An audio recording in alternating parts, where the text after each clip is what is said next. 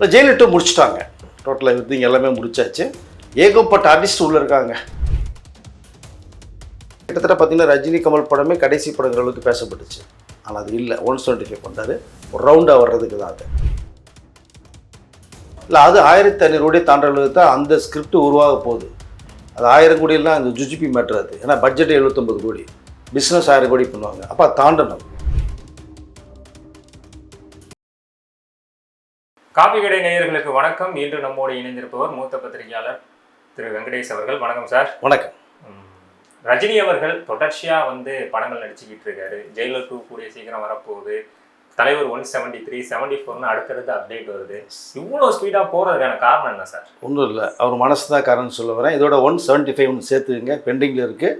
அடுத்த வருஷம் அதோட அனௌன்ஸ்மெண்ட் வரும்னு நினைக்கிறேன். அதை பட் ஒன்றும் இல்லை சார், அவர் எப்போயுமே சுறுசுறுப்பாக செய்யக்கூடியவர். நீங்கள் ஒரு காலையில் 6 மணிக்கு ஷூட்டிங், அதை நைட்டு நீங்கள் 9-10 மணிக்கு ஷூட்டிங் முடிச்சு அனுப்பிச்சா கூட அந்த லொக்கேஷன்லேருந்து கிட்டத்தட்ட ஒரு 50 கிலோமீட்டர் தூரமாக இருந்தால் கூட போயிட்டு குளிச்சுட்டு பூஜை பண்ணி தூங்கிட்டு டைம் இல்லைன்னா திரும்பி உடனே சாப்பிட்டுட்டு எதையா ஒன்று திரும்பி காரில் இங்கே கரெக்டாக 5 மணிக்கு வரக்கூடியவர். இந்த டைம் கீப்பப் பண்ணுறதில்ல அவர் மாதிரி அடிச்சுக்க முடியாது. ஃபஸ்ட்டு நடிகர் சிவாஜி சார் அவர் தான் சொல்லுவாங்க. அதற்கு அடுத்து எனக்கு தெரிஞ்ச வரைக்கும் ரஜினி சார் தான். அந்த டைம் 1/2 மணி நேரத்துக்கு முன்னாடி வந்து உட்காந்துருவார். நீங்கள் வாங்க, கூப்பிடுங்க, கூப்பிடாம கவலை என்ன சொல்கிறது, 6 மணி 5:30 ரெடியாக இருக்கப்பா, அவ்வளோதான்ப்பா அப்படிங்கிற அந்த ஒரு மனநிலை. ரெண்டாவது பார்த்தீங்கன்னா அவருடைய இந்த யோகா மெடிடேஷன் தான். அப்படி இந்த மனசை ஒரு நிலையாக வச்சுருக்கனால இந்த 75 வயசுலேயும் நீங்கள் சொன்னது மாதிரி 3 படங்களை கண்டினியூஸாக பண்ணிகிட்ருக்கேன். பட் எதையுமே மனசில் வச்சுக்கிறது இல்லை, ஃப்ரீயாக வச்சுக்கோ. மனசை ரொம்ப நீங்கள் இந்த பேப்பர் மாதிரி வச்சுருந்தீங்க அப்படின்னாலே உங்களுக்கு அந்த ஓட்டம் அதிகமாக இருக்கும். நான் ரஜினி சாரை சந்தித்து அந்த பலனை நான் நிறைய தெரிஞ்சுக்கிட்ட விஷயங்களே இதுவும் ஒன்று. இந்த ஆன்மீகம் உங்களுக்குள்ளே அந்த மெடிடேஷன் உள்ளே இது வந்தாலே உங்களுடைய எல்லாமே அதை என்ன சொல்கிறதுன்னா இந்த உடலே ரொம்ப மென்மையாக ரொம்ப இதமாக மாறும். இப்போ உங்களுக்கு வயசே தெரியாது. இந்த 75 வயசு 75 ஆச்சுங்க. இந்த வயசில் நடக்கிற ஸ்பீடு யார் முடியலன்னா என்ன சொல்லுவீங்க நீங்கள்? ஸோ அதுதான் முக்கியமாக காரணம். அதை நான் நினைக்கிறேன். தொடர்ந்து 3 படங்கள் கையில் வச்சுட்ருக்கேன் சார். ஜெயிலர் 2 என்ன ஸ்டேஜில் சார் இருக்குது? இல்லை ஜெயிலர் 2 முடிச்சிட்டாங்க. டோட்டலாக எவ்ரிதிங் எல்லாமே முடிச்சாச்சு. ஏகப்பட்ட ஆர்டிஸ்ட் உள்ளே இருக்காங்க. அத்தனை பேர் ஆர்டிஸ்ட் இந்த ஒரு கிட்ட 3 மணி நேரம் படத்துக்குள்ளே என்ன வருவாங்கன்னே தெரியல. மிகப்பெரிய கன்ஃபியூஸாக இருக்குது. இப்போ இதற்கூடி ப்ளஸ்ஸாக சந்தான வேறு உள்ளே வந்திருக்கிறார் இப்போ. ஸோ நீண்ட இடைவெளிக்கு பிறகு கிட்டத்தட்ட லிங்கா ஒன்றா பண்ணாங்கன்னு நினைக்கிறேன். அதற்கு பிறகு எனக்கு தெரிஞ்சு ரஜிஸ்டருடைய தான் ஜாயின் பண்ணுறாருன்னு நினைக்கிறேன். ஸோ ஏகப்பட்ட பேர், ஸ்டார் காஸ்ட்டு ஹெவி. ஸோ படம் முடிஞ்சு டப்பிங் அடுத்த மாதம் ரஜினி சார் பண்ணுறாங்க. ஸோ ஜூன் 12 படம் ரிலீஸ் சார். சார் இந்த படம் ஃபர்ஸ்ட் பார்ட்டோட கண்டினியூஷனா இல்லை இது வேற கதையா? இல்லை, அந்த டைட்டில் தான் உங்களுக்கு ஜெயிலர்னா அந்த கண்டினியூஷன் தான் வைக்கிறாங்க. கதையை நீங்கள் அதில் ஃப்ளாஷ்பேக்கு போவார் இல்லையா, உங்களுக்கு மிஞ்சி போனால் 5 நிமிஷம் கூட தான் வருது முத்துவேல் மாணிக்கம் கேரக்டர் தான். அதை கொஞ்சம் டெவலப் பண்ணியிருக்காங்க. ரெண்டாவது பார்த்தீங்கன்னா அதனுடைய கண்டினியூஷன், அந்த வர்மா டெத்துக்கு பிறகு என்ன நீ சாகிடுச்சுட்டா போல எப்படி ஒரு நெட்ஒர்க்கே இருக்குது அப்படிங்கும்போது எவன் வந்தாலும் பார்த்துக்கலான்ற மாதிரி இருக்கும்போது அந்த நெட்ஒர்க்கு தான் இதுக்குள்ளே வருது. இப்போ அந்த கேங்கு எந்த மாதிரி பண்ணுறாங்க, அது எப்படி ஒரு ஃபினிஷ் பண்ணுறாங்க, எப்படி ஃபஸ்ட் பார்ட்டில் அந்த தன்னுடைய ஒரே பையனையே இந்த நாட்டுக்காக தவறான பாதையில் போகிறான் அப்படிங்கிறதுல பையனையும் கொலை பண்ணுற ஒரு கேரக்டர், அதனுடைய கண்டினியூஷன் தான். ஸோ இது வருது. இதற்கு மேலே அவர் என்ன பண்ணுவார், அந்த கதைக்களம் கிட்டத்தட்ட அதுதான். பட் இந்த டோட்டல் ஆர்டிஸ்டினுடைய ஸோ கலரை வேறு மாதிரி இருக்குது உங்களுக்கு. அதை இது ஜெயிலர் 1 ஜெயிலர் 2 பிரமாதமாக வந்திருக்கு. ஜெயிலர் 1 என்னதான் ரஜினி படமாக ஒரு மிகப்பெரிய எக்ஸ்பெக்டேஷன் இருந்தாலும் அதுக்கு முன்னாடி நெல்சன் பீஸ்ட்ங்கிற ஒரு ஃப்ளாப் கொடுத்ததுனால ஒரு மைண்ட் செட்டோட ஒரு படம் பார்த்தா நமக்கு ரொம்ப சாட்டிஸ்ஃபை பண்ணுச்சு. அதனால அந்த பிளாக் பஸ்டராக மாற்றணும். பட் ஜெயிலர் 1 வெற்றி ஜெயிலர் 2க்கு மிகப்பெரிய ஒரு பாரமாக தான் இருக்குங்கிற பொழுது என்ன மாதிரியான ஒரு அவுட்புட்டை நம்ம எதிர்பார்க்கலாம்? அது பயம் தான் இருந்தது அவருக்கு. பாரத்தோட சுமையை அவர் நினைக்கல நெல்சன். இந்த பயம் இருந்தது. ஏன்னா அந்த இப்போ ரஜினி சாருடைய பாக்ஸ் ஆஃபீஸ் ஹிட்லேருந்து 2.0 நம்பர் 1 இருக்குது. ஜெயிலர் 1 செகண்ட்லேருந்து நின்றுச்சு. இப்போ அந்த கலெக்ஷனை பீட் பண்ணணும். அவருடைய பிரேக் அவர் உடைக்கணும். ஜெயிலர் 1 ப்ரொடியூசர் கலாநிதி மாறன் சார் சொன்னதே பார்த்தீங்கன்னா அவர் பிரேக் அவர் தான் உடைப்பார். அப்போ நெல்சனும் ஜெயிலர் 1 கொடுத்த அந்த வசூல் சாதனை இந்த படத்தை முறியடிக்கணும். இந்த பயம் அவர்கிட்ட இருந்தது. ஆனால் இத்தனை ஸ்டார் காசை போட்டு இந்த ஸ்க்ரீன் பிளே பக்காவாக பண்ணியிருக்காரு அவங்களுக்கு. அதுதான் அந்த கதையினுடைய நேரேஷன். அதான் உங்களுக்கு கதை. இத்தனை கேரக்டர் வந்தால் கூட மெயின் சென்டர் பாயிண்டாக ரஜினி சார் போய்கிட்டே இருப்பார். ஸோ அதை த்ரோ பண்ணி தான் எடுத்திருக்காரு. அந்த பயத்தோட படம் பண்ணியிருக்காரு. அது உண்மையிலேயே அது வெற்றிகரமாக வரும்னு தான் நான் நினைக்கிறேன். ஏன்னா அசால்ட்டாக பண்ணால் ஒரு ரிசல்ட் வேறு மாதிரி இருக்கும். இந்த பயம்ங்கிறது வந்து நல்லா வரணும் அப்படிங்கிற அந்த ஒரு எண்ணம் தான். பீஸ்ட்டை பொறுத்த மட்டுமே வந்து படம் சுவாரம் போன படம் தான். நான் வசூலில் வந்து போட்ட படத்தில் அள்ளி கொடுத்துருச்சு இந்த படம். அது ரஜினி சாரே வேறு சொன்ன விஷயம். அதனால் ஜெயிலர் 1 விட ஜெயிலர் 2 மிகப்பெரிய உள்ள பாக்ஸ் ஆஃபீஸ் ஹிட் அடிக்கும். ஜெயிலர் 1 ஹிட்டுக்கு மிக முக்கியமான காரணங்கள் அதில் வந்து கேமியோஸ் கரெக்டான இடங்களில் ப்ளேஸ் பண்ணியிருந்தாங்க. ஸோ அது மாதிரி ஜெயிலர் 2ல என்னென்ன மாதிரியான கேமியோஸாக நம்ம எதிர்பார்க்கலாம்? நிறைய பேர் இருக்காங்க. கிட்டத்தட்ட பார்த்தீங்கன்னா மிதுன் சக்கர்லேருந்து, வித்யா பாலன்லேருந்து, இந்த பக்கம் நம்மளுடைய விஜய் சேதுபதியிலேருந்து கேமியோன்றதை விட கொஞ்சம் ரோல் எதிர்மைப்படுத்தியிருக்காங்க. இப்போ எஸ்ஜே சூர்யா வேறு, இப்போ சந்தானம் வேறு, சிவராஜ்குமார் வேறு, மோகன்லால் வேறு. நீ ஜெயிலர் 1 பார்த்ததுன்னா அது அந்த ட்ரீட்மெண்ட்டு ஒரு கதைக்கு ரொம்ப முக்கியம். நீ ஜெயிலர் 1 சாதாரணமாக சொன்னீங்கன்னா ஒரு அவுட்லைனு, ஒரு ரிட்டையர் ஆஃபீஸரு பையனை போலீஸ் ஆக்குறாரு, பையன் நேர்மையான ஆசைப்படுறாரு. ஸோ நேர்மை வாழக்கூடிய ஆஃபீஸர், ஆனால் பையன் தவறானவன். ஸோ தவறு பண்ணுறான், சொல்லி பார்க்குறாரு, திருந்தலை, நீ நாட்டிக கூட போடுற, இதான் லைன் இல்லையா? பட் இதை நீங்கள் கிட்ட 2.25 மணி நேரம் படம் உட்கார வச்சாங்க அப்படின்னு இந்த ஸ்க்ரீன் பிளே தான் அந்த கேரக்டர் பூரா லிங்க் பண்ணி கொண்டு வந்து. இதில் என்ன ஒரு புதுமையாக இருந்தது அப்படின்னா அந்த கேமியோ ரோல் புதுசாக இருந்தது பார்க்குறதுக்கு. நம்ம கதை பவர்ஃபுல்லாக இருந்துச்சு. இல்லை ஒரு கதைக்கு ஸோ ஸ்க்ரீன் பிளே ரொம்ப முக்கியம். கேமியோ ரோல் இருந்தாலும் அதுவும் பேசப்படக்கூடிய நிலைமையில் இருந்தது. அதுதான் அந்தளவுக்கு மிகப்பெரிய வெற்றி அடைஞ்சது. ஓகே சார், இப்போ வந்து ஜெயிலர் 2 முடிஞ்சு அடுத்து வந்து பார்த்தீங்கன்னா தலைவர் 173. ஸோ அந்த படம் என்ன ஸ்டேஜில் இருக்குது? 173 ஏப்ரலில் ஷூட்டிங் ஸ்டார்ட் பண்ணுறாங்க. சிபி சக்கரவர்த்தி ரெடி பண்ணிட்டாங்க எல்லாமே. ரஜினி சாரை தவிர அடுத்து யார் யார் பண்ணலாங்கிற அளவுக்கு ஒரு விஷயம் பேசப்பட்டுருக்கு. ஆர்டிஸ்ட் வேறு யாரும் உள்ளே வரலாங்கிறது. ஸோ அந்த வேலையில் சிபி சக்கரவர்த்தி இருக்காங்க. எனக்கு தெரிந்த வரைக்குமே இதில் வந்து ஒரு ஃபீமேல் கேரக்டரில் சாய் பல்லவி உள்ளே வர்றதாக ஒரு தகவல் நமக்கு வந்திருக்காது. ஒரு பவர்ஃபுல் ரோல். அவங்க எப்போயுமே எந்த ஆர்டிஸ்ட் அப்படிங்கிறத அந்த கதையில் நம்ம கேரக்டர் 4 சீன் தான் நச்சுன்னு இருக்கணும். அவங்க படங்களாக நீங்கள் எடுத்து பார்த்தீங்கன்னாலே அவங்களோட கேரக்டர் பவர்ஃபுல்லாக இருக்கிற மாதிரி இருக்கும். இதுலேயும் பவர்ஃபுல்லான ஸோ கேரக்டர் அமைச்சிருக்காங்க. ஸோ ரஜினி சாரே லைக் பண்ணதான் ஒரு தகவல் வருது. சாய் பல்லவி கிட்டத்தட்ட இந்த முடிவான ஒரு சூழ்நிலை தான் இருக்குது. பட் அதிகாரப்பூர்வமான தகவல் நம்ம விரைவில் வரும்னு நினைக்கிறேன். ஓகே சார், ஏன்னா இப்போ வந்து ஜெயிலர் 2க்கு ஒரு பயங்கரமான ஒரு ப்ரோமோ ஒன்று விட்டாங்க. அது தியேட்டரில் ரிலீஸ் பண்ணாங்க. இப்போது தலைவர் 174 கமல் ரஜினி அவர்கள் சேர்ந்து நடிக்கிற படத்துக்கு ஒரு ப்ரோமோ ஷூட் பண்ணியிருக்காங்க.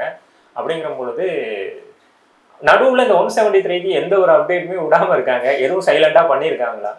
இல்லை, அது எதுவும் பண்ணல. ப்ரோமோலாம் ஷூட் பண்ணல. அவர் நேரடி ஷூட்டிங் போகிறாங்க. இந்த 174 இப்போ ஐடியாவே இல்லைங்க. அது பின்னாடி தான் பார்க்கலான்ட்டு இருந்தாங்க. ஆனால் நெல்சனை கன்ஃபார்ம் பண்ணணும். 2வது இந்த படம் வந்து ரஜினி கமல் பண்ணலை, அவர் விட்டுட்டாரு, இது 173 மட்டும்தான் பண்ணுறாங்க, இப்போ கமல் பண்ணலைங்கிற ஒரு டாக் போயிடுச்சு. இப்போ அதை வந்து ஏன்னா இவர் சொல்லிட்டார், நானும் கமலும் சேர்ந்து பண்ணக்கூடிய படம் கன்ஃபார்ம்னு சொல்லிட்டார். அது கிடையில இந்த 173 உள்ளே வந்ததே காரணம். 173 முதல்ல லைன்அப்லேயே கிடையாது. அது திடீர்னு ரஜினி சாரே உருவாக்குனது அது. அதனால் சரி இதை நம்ம வெளியில் அந்த லூஸ் ஸ்டாக் போயிடக்கூடாதுன்ற ஒரே கண்ணோட்டம் தான். அதுக்காக பண்ணப்பட்டது தான் 174 ப்ரோமோ. அது இன்னும் ஸ்டார் காஸ்ட் வேறு இப்போ ரெடி பண்ணிட்டு இருக்காங்க. ஸ்கிரிப்ட் இன்னும் ஃபைனல் பண்ணல. ஸோ அந்த ஒர்க்கு போகுது. ஜெயிலர் ரிலீஸ் பிறகு தான் நெல்சன் உட்கார்றாரு. ஏன்னா அது அடுத்த வருஷம் தான் ஷூட்டிங் ஆரம்பிக்கும்.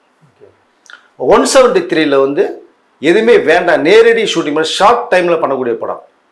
ஆனால் பட் இந்த ஸ்கிரிப்ட் வந்து கேட்டு ரொம்ப ஹெவியாக இருக்குன்ட்டு, அதனால் மெதுவாக பட்ஜெட் பற்றி கவலைப்படாமல் நீங்கள் பண்ணுன்னு கமல் வேற சொல்லிட்டார். என்னுடைய தயாரிப்பு நிறுவனத்தில் ராஜ்குமார் ஃபிலிம் டேஸில் ரஜினிக்கு பண்ண வேண்டிய படம் அது பண்ணுறாரு. இப்போ பட்ஜெட்டு கவலைப்பட வேணாம், ஸ்கிரிப்ட் பிரமாதமாக இருக்குது, ஆர்டிஸ்ட் யாரை பண்ணுமோ நீங்கள் போடுங்கன்ட்டாங்க. அதனால் அனிருத் உள்ளே வந்திருக்காரு. ஸோ பிகாஸ் ஒரு கேமராமேன் உள்ளே வர போகிறாரு, சாய் பல்லவி உள்ளே வர்றாங்க. கிட்டத்தட்ட மற்ற ஆர்டிஸ்ட் சாய்ஸ் ஒன்று போய்கிட்டு இருக்கு. அது ஏப்ரல்லேருந்து ஷூட்டிங் ஸ்டார்ட் ஆகும். ஓகே சார், நடுவில் வந்து பார்த்தீங்கன்னா யார் அடுத்த சூப்பர் ஸ்டார் அப்படிங்கிற ஒரு கான்ட்ரவர்சி எல்லாம் நிறைய வந்துகிட்டு இருந்தது. பட் எல்லாத்துக்குமே முற்றுப்புள்ளி வைக்கிற மாதிரி நான் தான் சூப்பர் ஸ்டாருங்கிற மாதிரி வரிசையாக படங்கள் பண்ணிட்டு வர்றாரு. சாரோட மைண்டில் எத்தனை படங்கள் பண்ணுற ஐடியாவில் இருக்கு? இல்லை, எனக்கு இது 175 வரைக்கும் இப்போதைக்கு 170 வரை கமிட் பண்ணிட்டார் இல்லைங்க. இப்போ 2 படம் சிபி சக்கரவர்த்தி 173, 74. இதுவே 2027 வரைக்கும் போகும். இந்த 2027 ரஜினி கமல் சேர்ந்து பண்ண படம் முடிந்த உடனே 175 ஒரு படம் பண்ணுறார். அதுதான் வைரமுத்து சொன்னது. 2027 மிகப்பெரிய ஒரு ட்ரீட் இருக்குது, ரஜினி சார் சொல்லுவார் அப்படின்னு அவரே சொல்கிறார்.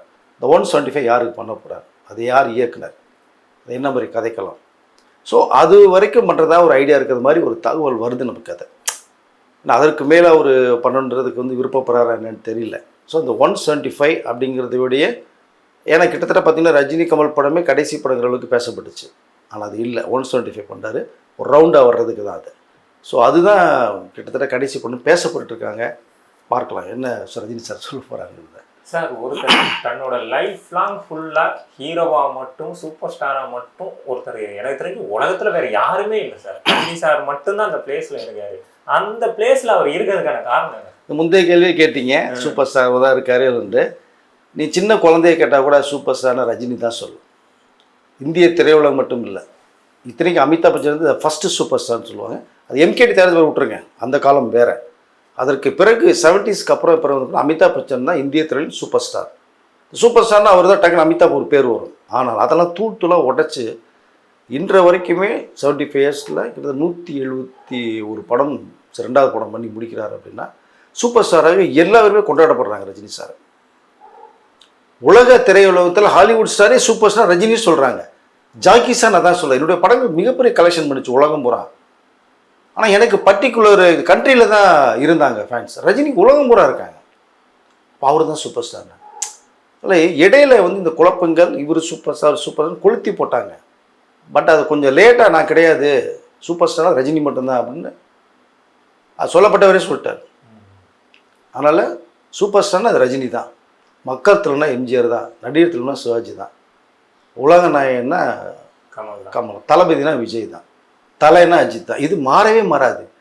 நீங்கள் திடீர்னு விஜய்க்கு தலைன்னு சொல்லுங்கள், எங்கே அஜித் வந்துட்டாரான்னு தான் கேட்பாங்க. அது ஆழமாக மனசுக்குள்ளே வந்து ஆணி அடிச்சது மாதிரி ஸ்ட்ராங்காக உறுதி செய்யப்பட்ட இந்த பட்டங்கள். அதை யார் நினைச்சாலும் யார் கொடுத்தாலுமே அது சொந்தக்கார பேர் தான் வரும். அதனால் சூப்பர் ஸ்டார் ரஜினி மட்டும்தான் சார். இந்த 1000 கோடி தமிழ் சினிமாவின் கனவு ஜெயிலர் 2 அடிக்குமா? அடிக்கிறது வாய்ப்புகள் நிறைய இருக்குன்னு நான் நினைக்கிறேன். நான் ஏன்னா கதைக்களம் வந்து அமைக்கப்பட்டிருக்கு. நல்ல ஒரு ஜாலியாக காமெடியோட என்டர்டைன்மெண்ட்டோட இந்த சொசைட்டிக்கு தேவையான மெசேஜையும் சொல்ல வர்றாங்க. அதில் கண்டிப்பாக 1000 கோடி அடிக்கிற வாய்ப்புகள் நிறைய ஜெயிலர் 2க்கு இருக்குது, அடிக்கும்னு நினைக்கிறேன் நான். ஏன்னா ஏற்கனவே ஜெயிலர் 1 650 கோடிக்கு மேலே வசூல் பண்ணுச்சுங்கிற பொழுது அந்த எக்ஸ்பெக்டேஷன் இருக்கு. இன்னொன்று ஒய்டாக ஒரு ஆடியன்ஸ் கிரியேட் ஆகிருக்காங்க. ஜெயிலர் 1 பார்த்துட்டு ஓடிடியில் பார்த்தவங்களாம் தேட்டரில் பார்க்கணும்னு ஆசைப்படுவாங்கும் போது இந்த 1000 கோடி சாத்தியம் வந்து ஜெயிலர் 2 பண்ணுமா, இல்லை அதுக்கப்புறம் வர ரஜினி கமல் படம் பண்ணுமா? இல்லை, அது 1500 கோடி தாண்டளவுக்கு தான் அந்த ஸ்கிரிப்ட் உருவாக போகுது. அது 1000 கோடியெல்லாம் அந்த ஜுஜிபி மேட்ரு அது. ஏன்னா பட்ஜெட் 79 கோடி, பிஸ்னஸ் 1000 கோடி பண்ணுவாங்க. அப்போ தாண்டணும் அப்படிங்கும்போது அந்த கதைக்களம் வேறு. உங்களுக்கு அவருடைய எதிர்பார்ப்புகள் அதிகம், அது தாண்டும். அதுக்கு முன்னாடி ஜெயிலர் 2 அடிக்கிற வாய்ப்புகள் நிறையா இருக்குது. ஆனால் எதிர்பார்ப்புகளை வந்து உருவாக்க வேணான்னு சொல்கிறார் ரஜினி சார். வேண்டாம், 1000 கூட அடித்தா சந்தோஷம், அடிக்கணும்னு சந்தோஷம்ன்றார். நெல்சன் அதே தான்.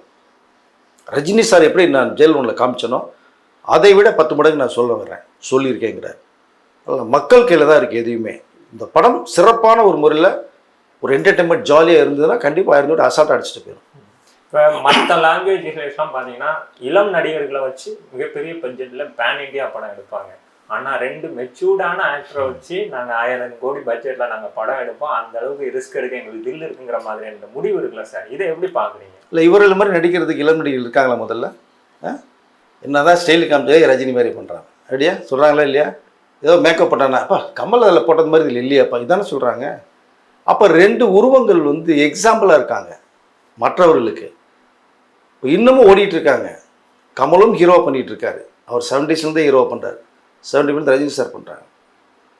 வயசு தான் உங்கள் ஆச்சே தவிர அந்த அந்த ஸ்டைலும் நடிப்பும் விட்டு போகலை.